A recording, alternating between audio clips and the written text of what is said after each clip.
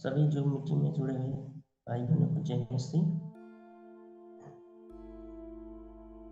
आइए हम आज भजन संहिता उसका 34 अध्याय 1 पद से लेकर 22 पद तक देखेंगे। हमारे साथ भजन संहिता 34 अध्याय निकाल लेंगे। यहाँ पर राजा दाऊद जो है वो परमेश्वर की भलाई के लिए उनकी स्तुति करते हैं। परमेश्वर ने जो उनके ऊपर भलाई किया, जो उनके लिए भलाई का काम किया, उसके लिए यहाँ पर राजा दाऊद उनकी स्तुति करते हैं। और यहाँ पर इसका शीर्षक में है लिखा है कि दाऊद अबीमेलेक के सामने पागल सा बना। यहाँ हम देखते हैं पहला शमूएल उसका 21 अध्याय 10 पद से लेकर 15 पद तक। उसमें हम देख सकते हैं कि राजा दाऊद कैसे अबीमेलेक के सामने पागल सा बना था और परमेश्वर ने उसे बचाया। परमेश्वर ने उसके ऊपर भलाई दिखाई, यानी परमेश्वर की भलाई यहाँ पर स्तुति करते हैं। पहला पद देखेंगे हम, 1 पद से लेकर 22 पद तक देखेंगे, एक एक पद देखते हुए जाएंगे। पहला पद लिखा है कि मैं हर समय यहोवा को धन्य कहा करूंगा, उसकी स्तुति निरंतर मेरे मुख से होती रहेगी। अर्थात यहाँ पर राजा दाऊद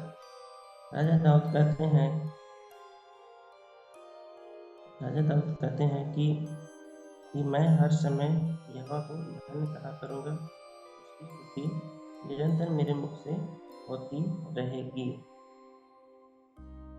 यहाँ पर हमने पहला पद पढ़ा। आइए हम एक छोटा सा प्रार्थना करेंगे, झुकाएंगे, प्रार्थना करेंगे। धन्यवाद करते हैं प्यारे पिता परमेश्वर, आज सुंदर सा दिन दिखाए पिता परमेश्वर। सभी भाई बहनों को प्रभु जी बचा के लाया जो मिट्टी में प्रभु जी पिता परमेश्वर जितने आज बीमार हैं उनके लिए हम प्रार्थना करते हैं प्रभु जी यीशु नाम से चंगे हो जाए। और प्रभु जी पिता परमेश्वर ये वचन सुनकर प्रभु जी उस पर हम चलने वाले बने, सिर्फ सुनने वाले नहीं परंतु उस पर चलने वाले बने। प्रार्थना करते हैं, सारी आदमी प्रार्थना यीशु मसीह के पवित्र नाम से मांगते हैं, आमीन। यहाँ पर हम पहला पद देखते हैं कि मैं हर समय यहोवा को धन्य कहा करूंगा, उनकी स्तुति निरंतर मेरे मुख से होती रहेगी। अर्थात यहाँ पर राजा दाऊद परमेश्वर की भलाई कर, परमेश्वर ने उसके ऊपर भलाई किया, उसको बताया कि धन्य कहा करूंगा। उसने मुझे हर समय बचाया है, मैं उसको हर समय निरंतर उसको मेरे मुख से होती रहेगी। चाहे यहाँ पर हम देख सकते हैं कि राजा दाऊद दुख में है।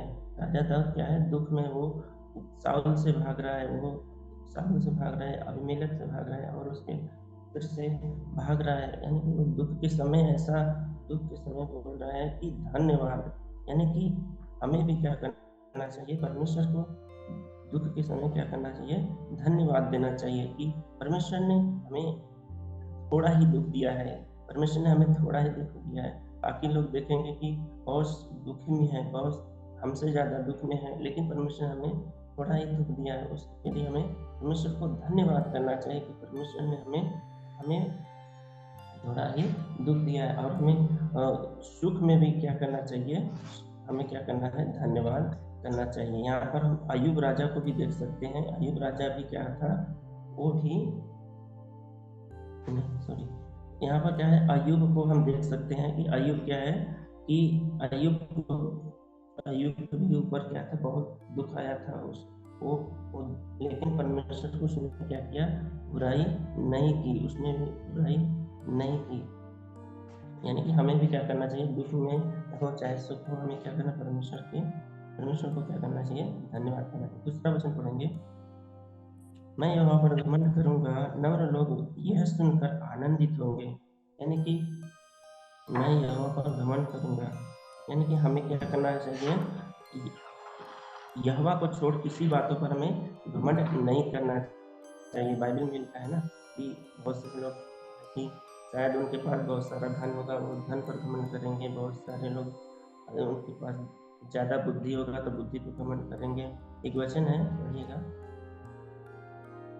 यिर्मयाह 9 अध्याय उसका 23 से 24 पद तक।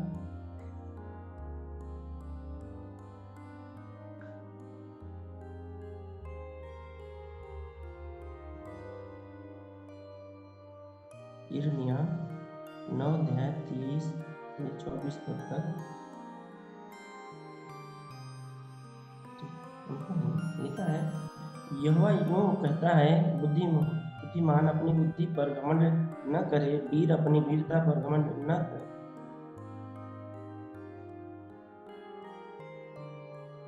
करे, वह मुझे जानता और समझता है कि मैं ही यहोवा हूँ, जो पृथ्वी पर करुणा, न्याय और धर्म के काम करता, क्योंकि मैं इन्हीं बातों से प्रसन्न रहता हूँ।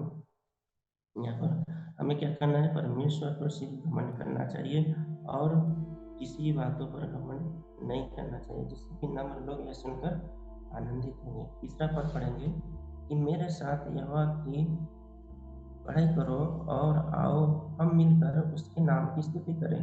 बहुत समय हम व्यक्तिगत प्रार्थना करते हैं, लेकिन यहाँ पर राजा दाऊद कहते हैं कि आओ हम मिलकर यहोवा के नाम की स्तुति करें, यानी कि हमें मिलकर अपनी वीरता पर घमंड न कर, मिलकर स्तुति करने के लिए बोलते हैं। यानी कि बहुत समय हम व्यक्तिगत प्रार्थना करते हैं, मिलकर इसलिए कहते हैं कि उस समय बहुत से लोग क्या होता है, मन मुटाव रहता है और एक दूसरे को कोई देखना नहीं चाहता, लेकिन यहाँ पर राजा दाऊद कहते हैं कि आओ हम मिलकर एक साथ मिलकर हम क्या करें? परमेश्वर की स्तुति करें। यदि हम परमेश्वर के पास जा रहे हैं तो हमें क्या करना चाहिए? मेल मिलाप, यानी आपस में मेल मिलाप करके एक मन होकर क्या करना है? प्रार्थना, आराधना और स्तुति करना चाहिए। एक वचन पढ़ेंगे, मत्ती रचित सुसमाचार उसका 5 अध्याय और 23 पद से 24 पद तक। उसमें लिखा है इस प्रकार कि इसलिए यदि तुम अपने भेंट वेदी पर लाए और वहां तू स्मरण रखे कि मेरे भाई के मन में मेरे लिए कुछ विरोध है, तो अपनी भेंट वहीं वेदी के सामने छोड़ दे और जाकर पहले अपने भाई से मेल मिलाप कर और तब आकर अपनी भेंट चढ़ा। यहाँ पर हम देख सकते हैं कि जब राजा दाऊद कहते हैं कि आओ हम मिलकर उसके नाम की स्तुति करें, तो यहाँ पर यदि कोई मनमुटाव है तो अब क्या करना है? मेल मिलाप कर लेना है और परमेश्वर के पास जाकर हमें स्तुति आराधना करनी चाहिए। आगे चौथा पद में देखेंगे, मैं यहोवा के पास गया तब उसने मेरी सुन ली और मुझे पूरी रीति से निर्भय किया। यानी कि यहाँ पर राजा दाऊद कहते हैं कि मैं यहोवा के पास गया और मुझे क्या करा? उसने क्या किया? पूरी रीति से निर्भय किया। राजा दाऊद जब देखते हैं कि राजा दाऊद जब इतना बड़ा गोलियत को मारने के लिए गया तो उसने क्या किया? पहले यहोवा के नाम से गया, यहोवा के नाम से गया, यहोवा का नाम लिया और उसके बाद गोलियत को मार गिराया। और यहाँ पर नहम्याह को भी देख सकते हैं, नहम्याह जो था, उसको खबर मिलती है कि यरूशलेम की शहरपनाह टूटी पड़ी है और उसके फाटक जल गए हैं। तो वहां पर नहम्याह को राजा के जो याऊ था वहां पर राजा के पास जाने से डरता था, तो उसने पहले कहाँ गया? परमेश्वर के पास गया। तो परमेश्वर ने उसे क्या किया? निर्भय किया, यानी कि उसका भय जो था उसने भय को निकाल दिया, यानी डर उसके अंदर से निकल गया और राजा के पास वो गया और जो विनती किया उसने सुना और उसको कुछ सहायता मदद भी राजा ने किया। इसमें हम क्या सीख सकते हैं कि हमें भी कोई भी विपत्ति हो तो हमें भी परमेश्वर के पास जाना चाहिए। पहले हमें परमेश्वर के पास जाना चाहिए। परमेश्वर तो पूरी रीति से हमें क्या करेगा? निर्भय करेगा। हमें हर एक विपत्ति में परमेश्वर में क्या करेगा? निर्भय करेगा, हमें भय नहीं लगेगा। हम 5वां पद पढ़ेंगे, जिन्होंने उसकी ओर दृष्टि की उन्होंने ज्योति पाई और उनका मुख कभी काला न होने पाया। यहाँ पर हम क्या देख सकते हैं कि हम पहला मनुष्य जो आदम हुआ थे, उन्होंने क्या किया? परमेश्वर की आज्ञाओं को तोड़कर अपना क्या किया? मुंह झुका लिया था, अपना मुंह काला कर। तो यहाँ पर परमेश्वर का वचन कहता है, फिर से परमेश्वर ने अकेला नहीं छोड़ा, बल्कि उन्होंने यीशु मसीह का वचन कहता है यहाँ पर यूहन्ना 8 अध्याय उसका 12 पद में पढ़ेंगे, पढ़िएगा, थोड़ा मदद करिए। यूहन्ना 8 अध्याय उसका 12 पद, करनी चाहिए। आगे चौथा पद में देखेंगे, मैं यहोवा के पास गया तब उसने मेरी सुन ली और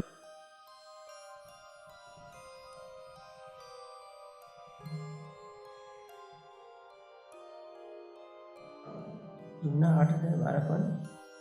यीशु ने फिर लोगों से कहा, जगत की ज्योति मैं ही हूँ।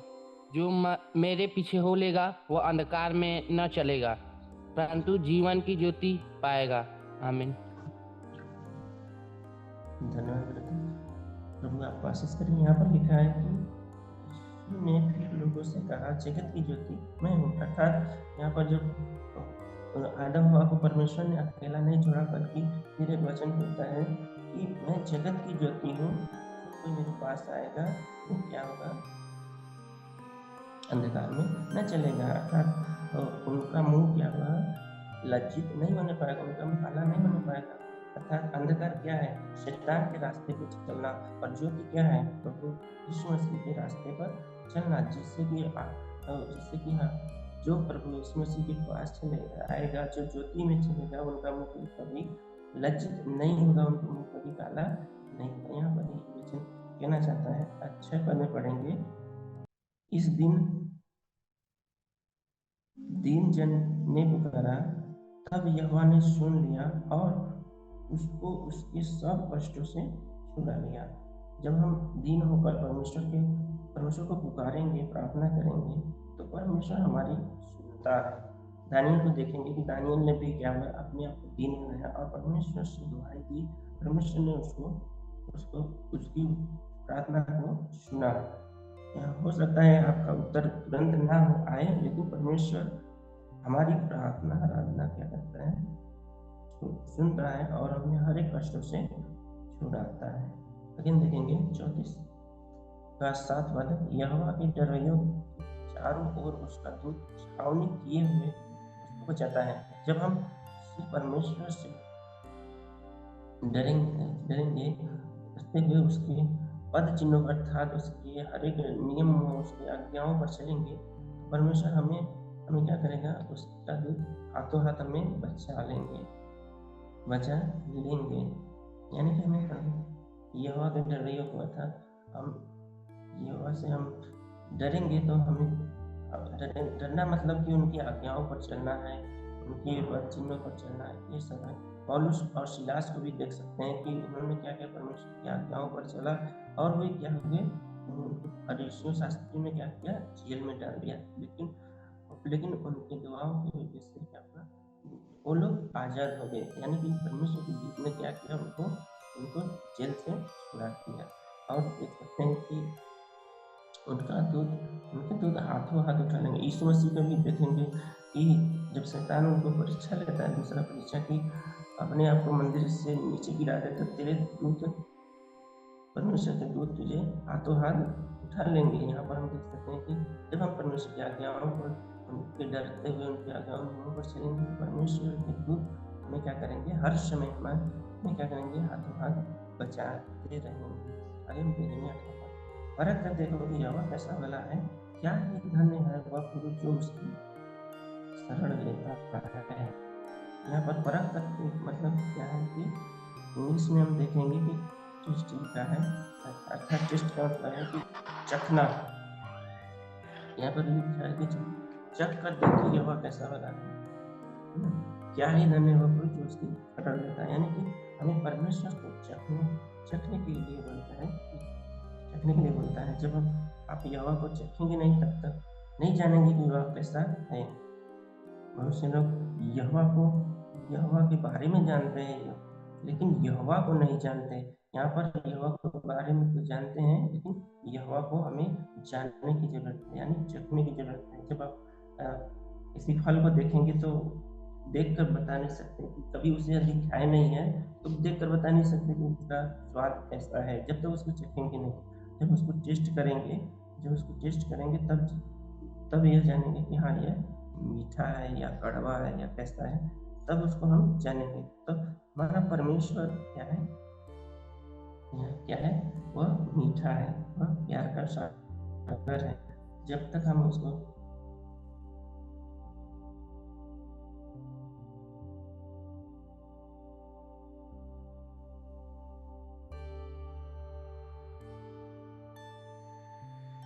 सिर्फ यहोवा के बारे में करना है। आगे हम अगला पद देखेंगे 9 पद।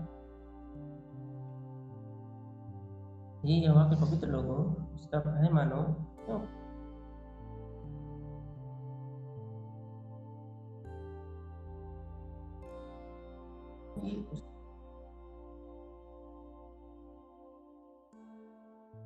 सिंह को तो घटी होगा कि वस्तु की घटी न होगी। यहाँ पर हम देख सकते हैं कि यहाँ पर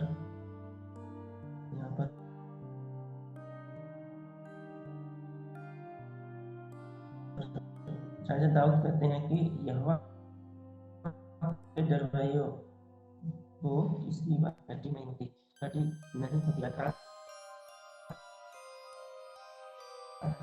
संसार की वस्तुओं पर मन करना क्या करना चाहिए, पहले उसके राज्य और धर्म की खोज करना चाहिए, तो ये वस्तुएं यूं ही हमें मिल जाएंगी। हमें परमेश्वर की आत्मिकता की खोज करनी चाहिए, तो ये वस्तुएं हमें यूं ही मिल जाएंगी। हमें क्या करना है, संसार की वस्तुओं को मन नहीं लगाना, बल्कि हमें आत्मिकता में मन लगाना है।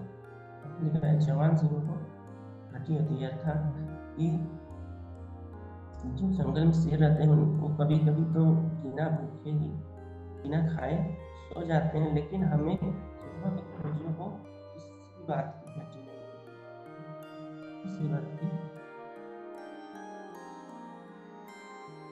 किसी बात की घटी नहीं होगी, और वो भली वस्तुओं की घटी नहीं होगी।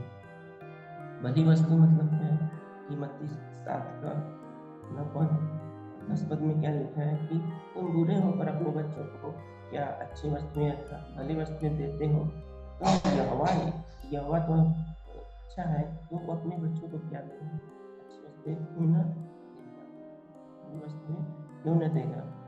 यहाँ पर यह हम देख सकते हैं। आगे हम देखेंगे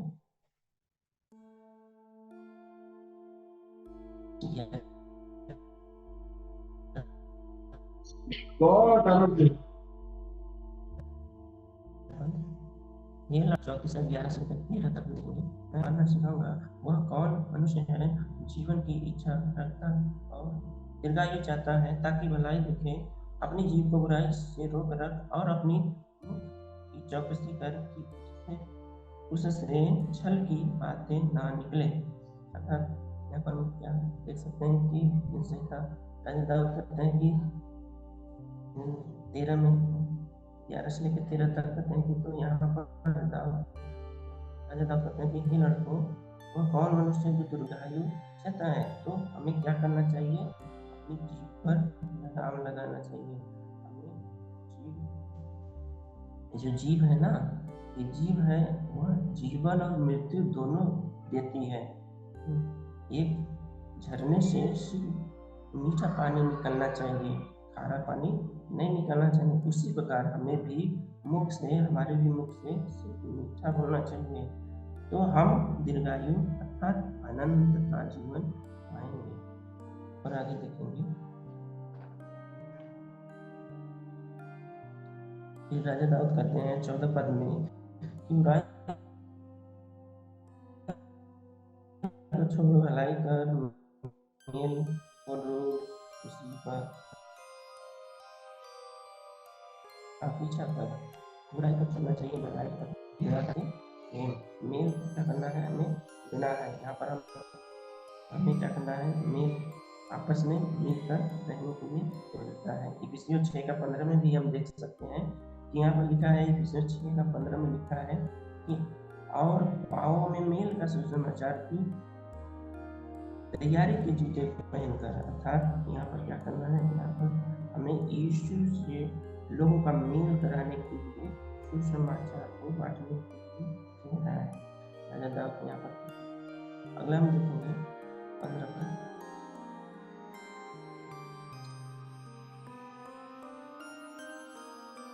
यहोवा की आंखें धर्मियों पर लगी रहती है और उसके काम उसकी दुहाई की ओर लगे रहते हैं। यहोवा अर्थात यहोवा हमें हर समय क्या करता है, देखता और सुनता है। यहोवा हमें हर समय देखता और सुनता है। परमेश्वर हमारी दुहाई को सुनता और देखता है, लेकिन आपको वह वही देगा जो आपको अच्छा लगेगा, आपको क्या है, आपको अच्छा अच्छा होगा, अच्छा होगा, आपके लिए जो अच्छा होगा वही परमेश्वर आपको देगा। आप जिद करके कुछ मांगेंगे, परमेश्वर को नहीं देगा। धार्मिक परमेश्वर कहता है, जैसे कि माता पिता होते हैं अपने छोटे बच्चों को, जैसे अभी चलना सीखा तो क्या करता है कि लोग क्या फिक्र करते हैं कि हमारा बच्चा कहीं गिर न जाए। उसी प्रकार हमारा परमेश्वर है कि हमें क्या चीज अच्छा है वही परमेश्वर हमें देगा। हम जितना भी हम जिद करके मांगेंगे, परमेश्वर क्या करेगा, नहीं दे सकता। आगे हम देखेंगे, यहोवा बुराई करने वालों के विमुख रहता है, ताकि उनका स्मरण पृथ्वी से मिटा डाले। हमारा परमेश्वर बुराई से दूर रहता है और उसके विमुख भी रहता है। इसराइलियों को देखते हैं कि कभी कभी इसराइल लोग क्या करते हैं, बुराई करने लगते थे तो परमेश्वर उनको क्या करते थे, दुश्मन के हवाले कर देते थे, नदियों के हवाले कर देते थे, ताकि ताकि वो सुधर जाए। और लिखा नीचे लिखा है कि स्मरण पृथ्वी से मिटा डाले, उनका स्मरण पृथ्वी से मिटा डाले। हम नूह के बारे में देख सकते हैं कि वहाँ पर परमेश्वर ने जब पृथ्वी को बनाया, मनुष्य को बनाया, तो परमेश्वर क्या करते हैं, पछताते हैं कि मैंने मनुष्य को बनाया, लेकिन वो क्या है, वो क्या है, बुराई में भर गए, पूरा बुराई से भर गए, और वो मैं पृथ्वी को मिटा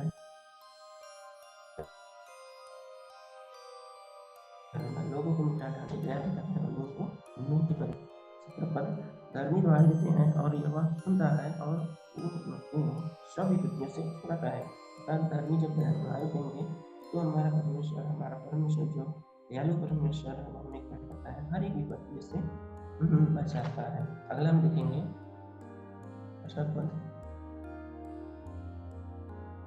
यह टूटे मन वालों के समीप रहता है और पिछे होगा उद्धार करता है। यहाँ पर हम देखते हैं कि यह टूटे मन वालों के क्या कहते हैं, जब परमेश्वर के पास जाए अपना टूटा हुआ दिल लेके जाए परमेश्वर के पास, क्योंकि क्योंकि टूटा मन यहोवा के योग्य बलिदान है। टूटा मन यहोवा के योग्य बलिदान है। हम हन्ना के बारे में देख सकते हैं कि हन्ना ने भी क्या हुआ, हन्ना भी अपने अपने टूटे हुए दिल को लेकर परमेश्वर के पास जाती है और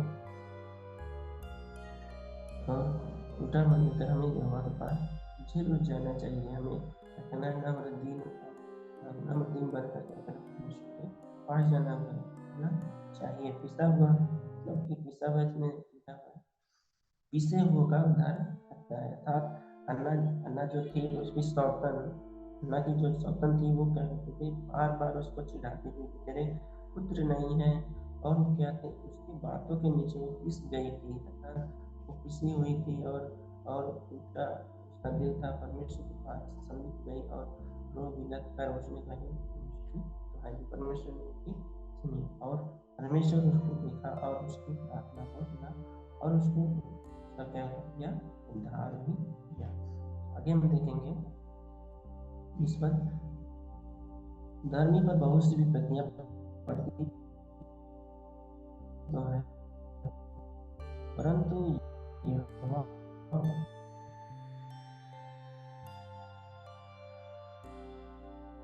उसको उनता है। विपत्तियां था, दुख तकलीफ नहीं समझी, हम विपत्तियां नहीं आएंगी, पर आएंगी, क्योंकि परीक्षाएं हमारे जीवन में आना जरूरी है, क्योंकि परीक्षाएं आएंगी तो हमारा विश्वास क्या होगा, मजबूत होगा, कि हम ये जानेंगे कि हम कितने कितने पानी में हैं या कितने कितने पानी में हम हैं, वो हम देख सकते हैं।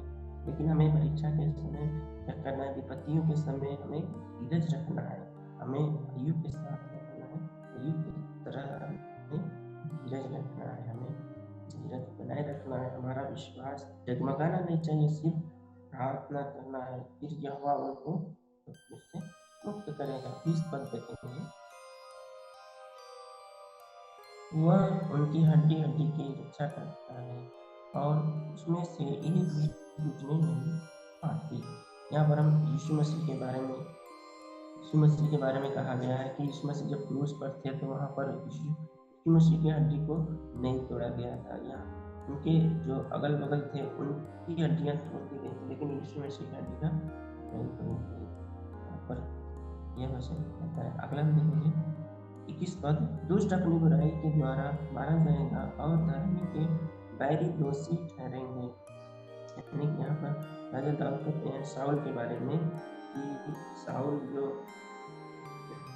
दुष्ट बन चुका था यहोवा, और कहता है कि यहोवा उनका न्याय करेगा। जब शाऊल राजा का सिर लोग काट लेते हैं क्योंकि परमेश्वर उसको छोड़ दिया था, क्योंकि शाऊल राजा बुराई के रास्ते पर चल पड़ा था और वह मारा गया। हम अंतिम पद पर खत्म करेंगे।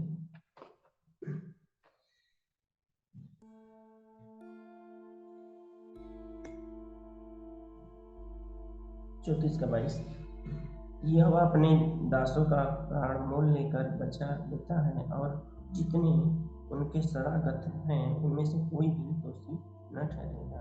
अर्थात यहाँ पर यहोवा अर्थात यीशु मसीह ने अपना क्या किया, इस कीमती लहू बहाकर अपना प्राण त्याग कर हमें क्या किया है, और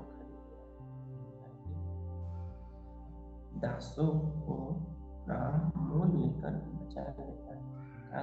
उसने क्या किया, हमें मोल खरीद लिया है और जो उसके पास जाएंगे उसको ग्रहण करेंगे, उसके शरण में जाएंगे, कभी दोषी नहीं ठहरेंगे। इस वचन को पढ़े और सुने जाने पर आप सभी को आशीष मिले। जय मसीह की। अगले समय अपने सर